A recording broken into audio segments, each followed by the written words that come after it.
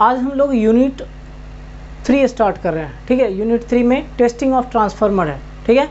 हम लोग अभी कौन सा यूनिट पढ़ रहे हैं? Testing of transformer. देख लीजिएगा यूनिट 3 है या यूनिट 4, एक बार आप देख लीजिएगा सिलेबस में, फिर उसको उस हिसाब से आप नोट कर लीजिएगा। होप सो यूनिट 4 है या 3, यही दोनों में होगा, कोई यूनिट 3 या यूनिट 4। तो टेस्टिंग ऑफ ट्रांसफार्मर के बारे में पढ़ेंगे। अब देखिए टेस्टिंग ऑफ ट्रांसफार्मर में कितने प्रकार के टेस्ट होते हैं, एक एक करके हर एक के बारे में पढ़ेंगे।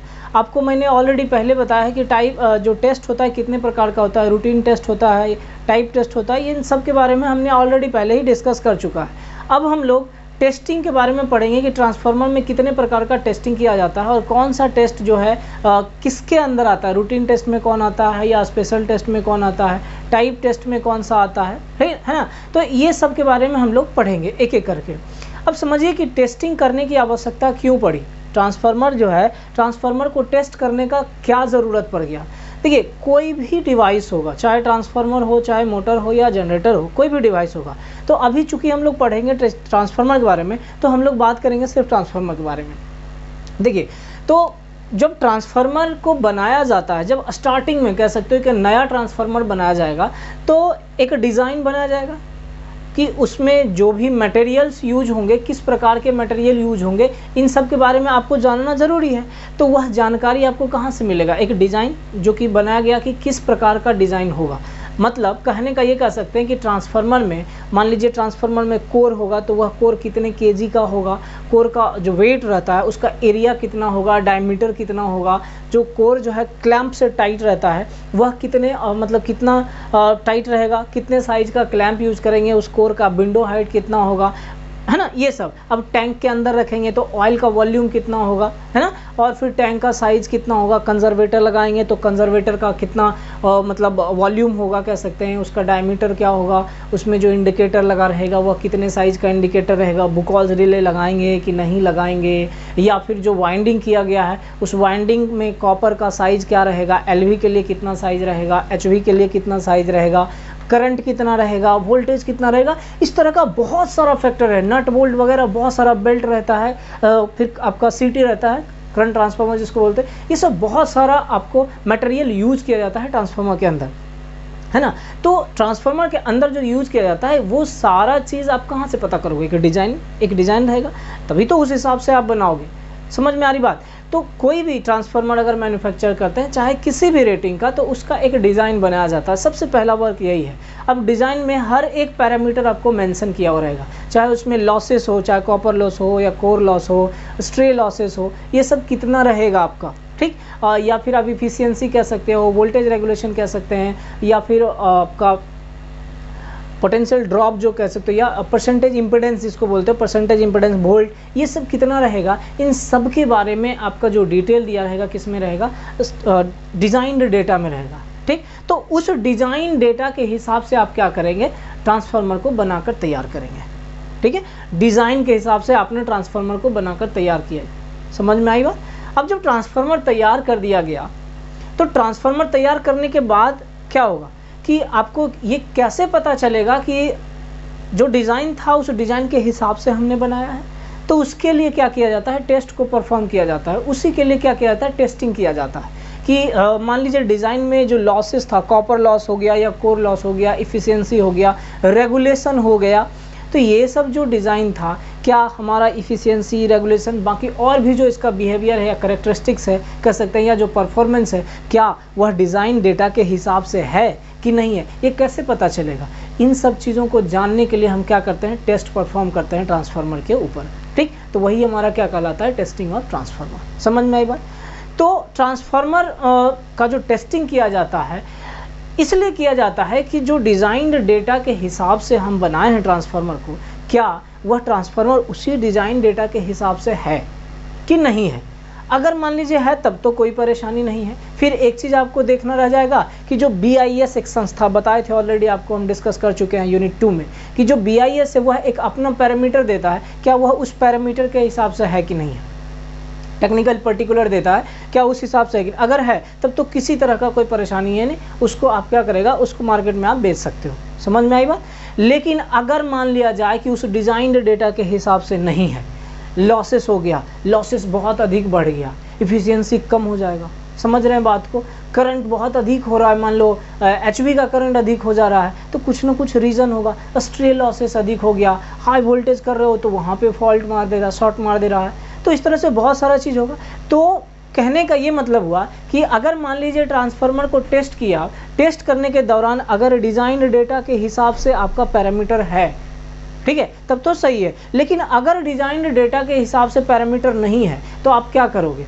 पहले तो यही चेक करोगे ना कि जो डिज़ाइन डेटा था उस डिज़ाइन डेटा के हिसाब से पैरामीटर है कि नहीं ट्रांसफार्मर का। अगर है तब ठीक है, नहीं है तो क्या करोगे? हम उसको रेक्टिफाई करेंगे। कहने का ये मतलब है कि आखिर क्यों नहीं है। अगर कॉपर लॉस बढ़ रहा है तो क्यों कॉपर लॉस बढ़ रहा है, कोर लॉस जो है वो बढ़ रहा है तो क्यों बढ़ रहा है। अगर कम हो लॉसेस तो बहुत अच्छी बातें हैं, समझे। मान लो कि कोर जो है उसका डायमीटर अगर बढ़ जा रहा है डिज़ाइन के हिसाब से तो क्यों बढ़ रहा है। अरेंजमेंट जो आप असेंबल किए हो कोर को, उसमें तो कहीं कोई दिक्कत नहीं हुई है। तो इन सब चीज़ों को क्या करते हैं हम लोग, आइडेंटिफाई करते हैं, और फिर आइडेंटिफाई करने के बाद उसको रेक्टिफाई करते हैं, और रेक्टिफाई करने के बाद फिर से टेस्ट परफॉर्म करते हैं, और फिर से टेस्ट परफॉर्म करने के बाद हम लोग देखते हैं, फिर मैच करते हैं कि डिज़ाइन डेटा के हिसाब से है कि नहीं, फिर मिल जाता है तब तो सही है। तो ये हमारा टेस्टिंग है। ये तो नए ट्रांसफार्मर की बात हमने करा। लेकिन अगर मान लिया जाए कि आपके पास कोई रिपेयर का ट्रांसफार्मर आता है, कहीं कोई जला हुआ ट्रांसफार्मर आता है, तब क्या किया जाता है? तो जो जला हुआ ट्रांसफार्मर रहता है उसके ऊपर भी हम लोग क्या करते हैं, पहले बना लेते हैं। ट्रांसफार्मर में जो भी फॉल्टी पार्ट है उसको हम रेक्टिफाई कर लेते हैं, उसको सही कर लेते हैं, रिपेयर कर लेते हैं। रिपेयर के बाद हम फिर से टेस्ट परफॉर्म करते हैं उसी ट्रांसफार्मर के ऊपर। अगर वह अनुकूल रहता है, डिज़ाइन डेटा के अनुकूल रहता है, तब तो सही है। नहीं अगर आएगा तो फिर से हम उसको रिपेयर करना पड़ेगा। समझ में आई बात? तो ये सब क्या था, टेस्टिंग ट्रांसफार्मर का है। इस वजह से हम लोग क्या करते हैं, ट्रांसफार्मर का टेस्ट परफॉर्म करते हैं। आइए एक बार और हम लोग इस सब चीज़ों को फिर से देखते हैं। तो ये टेस्टिंग ऑफ ट्रांसफार्मर देखिए, when the transformer are manufactured in an industry as per the particular design, कोई भी ट्रांसफार्मर को किसी इंडस्ट्री में डिज़ाइन के हिसाब से जब मैन्युफैक्चर किया जाता है तब testing is required to determine whether the performance of the transformer is as per the design data और नॉट। तो टेस्टिंग जो होता है ट्रांसफार्मर के लिए वह रिक्वायर होता है, वह ज़रूरी होता है यह जानने के लिए कि उसका जो परफॉर्मेंस है, ट्रांसफार्मर का जो परफॉर्मेंस है वह डिज़ाइन डेटा के हिसाब से है कि नहीं है। समझ में आई बात? ये चीज़ जानने के लिए हम लोग क्या करते हैं, टेस्टिंग को परफॉर्म करते हैं। आगे देखिए, इफ़ नॉट, अगर नहीं, अगर मान लिया जाए जो परफॉर्मेंस है ट्रांसफार्मर का वह परफॉर्मेंस डिज़ाइंड डेटा के हिसाब से नहीं है, तब how much variations are there in the actual values of values and design values, ठीक है, and design values, and whether it is within the permissible limits as specified by BIS or not। देखो, अगर मान लिया जाए कि variation नहीं आया, इफ़ नॉट, अगर जो डिज़ाइंड डेटा के हिसाब से हमें परफॉर्मेंस जो है ट्रांसफार्मर का नहीं मिला, मतलब कहने का ये है कि उसमें वेरिएशन मिला, तो वेरिएशन मिला तो आप डिज़ाइंड डेटा से क्या करेंगे, उसको मैच करेंगे और देखेंगे कि आखिर कितना वेरिएशन आया। समझे, कितना वेरिएशन आया। अब कितना वेरिएशन इन द सेंस कह सकते हैं कि BIS भी एक पैरामीटर जारी करता है। हाँ, BIS भी क्या करता है, एक पैरामीटर, जैसे कि एक टॉलरेंस होता है। कोई भी काम 100% परफेक्ट नहीं हो सकता। मान लिया जाए कि वोल्टेज ही मैंने बोला कि 11 kV वोल्ट है, तो ज़रूरी नहीं है कि वह 11 kV वोल्ट ही हो सकता है कि 5% कम हो सकता है 5% कम हो या 5% अधिक हो। तो एक टॉलरेंस दिया हुआ है BIS के, ऑलरेडी मैंने बताया है इस चीज़ को, ठीक है, यूनिट 2 में कवर किया होगा। तो एक टॉलरेंस दिया हुआ रहता है। क्या यो टॉलरेंस जो है BIS के द्वारा प्रोवाइड किया जाता है, तो वो जो BIS के द्वारा जो टॉलरेंस प्रोवाइड किया गया है उस टॉलरेंस के अंदर आ रहा है कि नहीं आ रहा है। अगर अंदर आ रहा है तब तो आप छोड़ दो, कोई दिक्कत नहीं है। लेकिन अगर उस टॉलरेंस से बाहर चला जा रहा है, जैसे लॉसेस की बात करें हम लोग, मान लेते हैं कि 500 किलोवाट लॉसेस होना चाहिए, 500 किलोवाट लॉसेस होना चाहिए, और लॉसेस आपका 1000 किलोवाट आ रहा है, तो इधर टॉलरेंस से कहीं बाहर, फार है, बहुत बार है। जिससे रेगुलेशन मान लिया जाए कि हम बात करते हैं कि 5% रेगुलेशन होना चाहिए, ठीक है, डिज़ाइन डेटा के हिसाब से, लेकिन रेगुलेशन की बात करूँ तो आ रहा है यहाँ पे 20% रेगुलेशन, तो ये तो बुरा है, समझ रहे हो, अच्छा नहीं है। तो इस प्रकार से हम लोग मैच करके देख लेते हैं। अगर मान लिया जाए जो रिजल्ट हमारा अकॉर्डिंग टू डिज़ाइन डेटा नहीं है, बट यहाँ पे एक चीज़ और कह सकते हो कि वही जो जो रिजल्ट आपका BIS के टॉलरेंस के अंदर आ रहा है तब तो ठीक है, लेकिन उसके बाद भी नहीं आ रहा है, तब हम क्या करेंगे, उस पर रेक्टिफिकेशन का हम स्टार्ट करेंगे। If the variation in the result such as efficiency, regulation, iron loss, copper loss, no load current etcetera are not within the permissible limits. अगर जो वेरिएशन आपको मिला है रिजल्ट में, कहने का सेंस कॉपर लॉस में हो गया या कोर लॉस में हो गया, इफिशियंसी में हुआ, रेगुलेशन में हुआ, नो लोड करंट हो गया, मैग्नेटाइजिंग करंट हो गया, वर्किंग कंपोनेंट हो गया, इन सब में जो आपका वेरिएशंस मिला है वह वेरिएशंस आपका परमिजिबल लिमिट के अंदर है कि नहीं है, ठीक है, are not within the permissible limit. अगर नहीं है, the result the reason either for lower value और higher value should be investigated। तो जो रीज़न कहने का मतलब लॉसेस अगर मान लीजिए बढ़ गया, इफ़िशियंसी मान लीजिए घट गया, तो आखिर क्या रीज़न हो सकता है लॉसेस बढ़ने का या फिर इफ़िशियंसी घटने का, समझ रहे हैं। वोल्टेज रेगुलेशन बुरा, गुड क्वालिटी का होना चाहिए लेकिन नहीं हो रहा है, बैड हो गया है, मतलब अच्छा नहीं है रेगुलेशन आपका, तो ये सब क्या रीज़न होगा, ये रीज़न को आप क्या करेंगे, इन्वेस्टिगेट करेंगे, उसको फाइंड करेंगे। And the manufacturing process should be modified accordingly. अगर मान लिया जाए कि नहीं आता है अकॉर्डिंग टू डिज़ाइन डेटा, जैसे लॉसेस बढ़ा, इफिशियंसी घट गया, ये सब वैल्यू जो है, रेगुलेशन हमारा अच्छा नहीं हो गया, है ना, तो ये सब को हम क्या करेंगे, डिज़ाइन डेटा के हिसाब से हम फिर मैन्युफैक्चर करेंगे, उसको फिर से हम रिवाइज़ करेंगे, देखेंगे अगर डिज़ाइन में चेंजेस लाना होगा तो डिज़ाइन में हम फिर चेंज लाएंगे, ताकि हमारा जो सब है अंडर आ जाए, BIS का जो दिया हुआ है पैरामीटर, उस BIS के पैरामीटर के अंदर आ जाए, समझे बात को। तो ये सारा चीज़ किसके लिए था, जब आप एक नया मैन्युफैक्चरिंग करेंगे किसी ट्रांसफार्मर का, उसके लिए। लेकिन अगर आप मान लीजिए कि कोई रिपेयरिंग का ट्रांसफार्मर होगा, तब उसके लिए क्या करेंगे, ध्यान दीजिए, after repairing the transformer we also do the testing to know the performance of a transformer.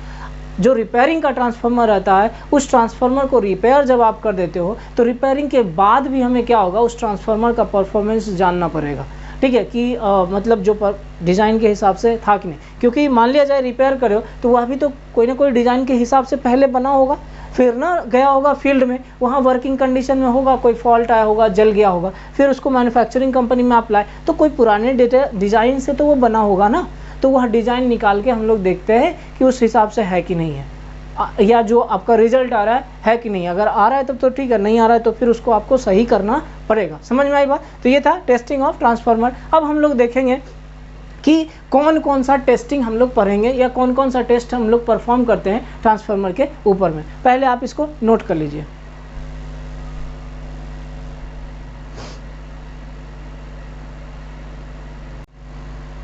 देखिए लिख लीजिए इसको पहले, है ना, नोट कर लीजिए। ऑलरेडी मैंने आपको टाइप ऑफ टेस्ट के बारे में बताया है, ठीक है, कि कितने प्रकार के टेस्ट होते हैं। तो अभी हम लोग सिर्फ और सिर्फ डिस्कस करेंगे रूटीन टेस्ट के बारे में, ठीक है। किसके बारे में बात करेंगे? रूटीन टाइप टेस्ट जो होगा, रूटीन टाइप टेस्ट के बारे में हम लोग बात करेंगे, ठीक है, या इसको आप कह सकते हो रूटीन टेस्ट, ठीक है, ये रूटीन टेस्ट। अब देखो समझो, ये रूटीन टेस्ट में हमने क्या बताया था आपको कि ये उस वैसा टेस्ट है जो कि हर एक ट्रांसफार्मर के ऊपर परफॉर्म किया जाता है। समझे बात को। ये जो रूटीन टेस्ट है उस प्रकार का टेस्ट आप कह सकते हो है कि हर ट्रांसफार्मर के ऊपर ये टेस्ट परफॉर्म किया जाएगा। समझ में आई बात। तो उसे हम क्या बोलते हैं? Routine test. अब रूटीन टेस्ट में कौन कौन सा टेस्ट आ जाएगा? जैसे आप मान लो कि शॉर्ट सर्किट टेस्ट हो गया, नो लोड टेस्ट हो गया, ठीक है, फेजिंग आउट कह सकते हैं, 3 फेज के केस में फेजिंग आउट हो गया, फिर voltage ratio test, DC resistance test. तो ये सब टेस्ट जो होता है आता है किसके अंदर आता है? ये रूटीन टेस्ट के अंदर। अब इसको ध्यान से देखिए। Following type of test conducted on a transformer. जो ट्रांसफार्मर पे अलग अलग प्रकार के टेस्ट निम्न प्रकार के टेस्ट परफॉर्म किए जाते हैं। पहला आपका रूटीन टेस्ट। देखिए, this test are the test which are conducted on each and every transformer, they are listed as। वैसा टेस्ट जो हर एक ट्रांसफार्मर के ऊपर परफॉर्म किया जाता है उसे हम क्या बोलते हैं? रूटीन टेस्ट बोलते हैं। अब रूटीन टेस्ट में कौन कौन सा टेस्ट आएगा इसको हम लोग देखते हैं।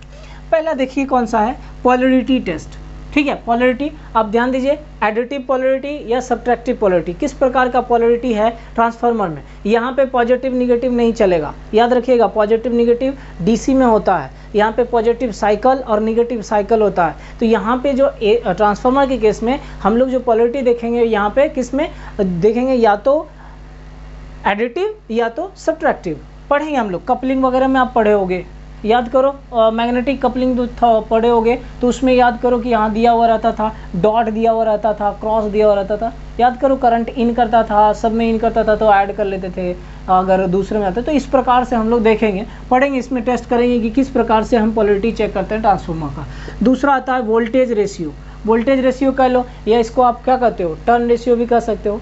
जो E2/E1 होता था, N2/N1 होता था। ट्रांसफॉर्मेशन रेशियो जो होता था, टर्न रेशियो नहीं, ट्रांसफॉर्मेशन रेशियो, ठीक है। ट्रांसफॉर्मेशन रेशियो जो है उसको, तो उसका हम किस प्रकार से करेंगे वो भी मैं आपको यहाँ पे बताऊँगा।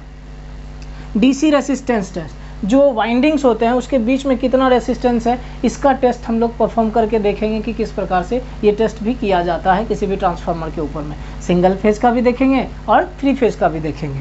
नेक्स्ट आपका फेजिंग आउट। देखो, फेजिंग आउट का मतलब होता है कि जो फेज है आपका, तीनों इन फेज है या आउट फेज किस प्रकार का है वो देखेंगे। मतलब 120 डिग्री से डिस्प्लेस्ड है कि नहीं है, इन सब के बारे में हम लोग पता करेंगे। किस में, ये सिर्फ और सिर्फ 3 फेज के केस में होता है। ट्रांसफार्मर के 3 फेज ट्रांसफार्मर में ये फेजिंग आउट टेस्ट परफॉर्म किया जाता है, जिसके बारे में हम लोग बात करेंगे। नेक्स्ट, मैग्नेटाइजिंग करंट और कोर लॉस टेस्ट। इसी को आप क्या बोलते हो, ओपन सर्किट टेस्ट, ठीक है। ओपन सर्किट टेस्ट में कोर लॉस को फाइंड किया जाता है, फिर मैग्नेटाइजिंग करंट को फाइंड किया जाता है, या कह सकते हो जो शंट पैरामीटर होता है उसको हम लोग फाइंड करते हैं किस केस में, कोर लॉस में। अब यहाँ पे एक चीज़ और पढ़िएगा कि जो कोर लॉस होता है 2 प्रकार के होते हैं, हिस्टैरिसीस लॉस और ईडी करंट लॉस। तो हिस्टैरिसीस लॉस और ईडी करंट लॉस को आप सेपरेट कैसे कर सकते हो या अलग कैसे कर सकते हो, इन सब चीज़ों के बारे में हम लोग डिस्कस करेंगे किसमें, मैग्नेटाइजिंग करंट और कोर लॉस टेस्ट में। नेक्स्ट है शॉर्ट सर्किट टेस्ट। इसमें हम लोग परफॉर्म करते हैं, इम्पोर्टेंस वोल्टेज निकालेंगे और फिर आप कह सकते हो कॉपर लॉस जो होता है, कॉपर लॉस को भी फाइंड करेंगे किसमें, शॉर्ट सर्किट टेस्ट में। नेक्स्ट है measurement of insulation resistance, high resistance. Insulation resistance test हम कैसे करते हैं ट्रांसफार्मर में, इसके बारे में हम लोग डिस्कस करेंगे। Last but not least, high voltage test. Transformer जो है उस पर हाई वोल्टेज टेस्ट परफॉर्म किया जाता है, जनरली 1 मिनट के लिए किया जाता है। जितना रेटिंग का रहेगा, ट्रांसफार्मर अगर 11 kV का है तो उससे डबल वोल्टेज के आसपास अप्रॉक्स जो है क्या किया जाता है, उससे ज़्यादा ही वोल्टेज अप्लाई किया जाता है ट्रांसफार्मर के ऊपर में, और फिर टेस्ट किया जाता है कि क्या वह ट्रांसफार्मर बर्दाश्त कर पा रहा है उतने वोल्ट को कि नहीं। ठीक, क्यों करते हैं इन सारे टेस्ट को, सब के बारे में हम लोग डिस्कस करेंगे एक एक करके, बट धीरे धीरे, ठीक है। तो एक एक करके हम लोग डिस्कस करेंगे।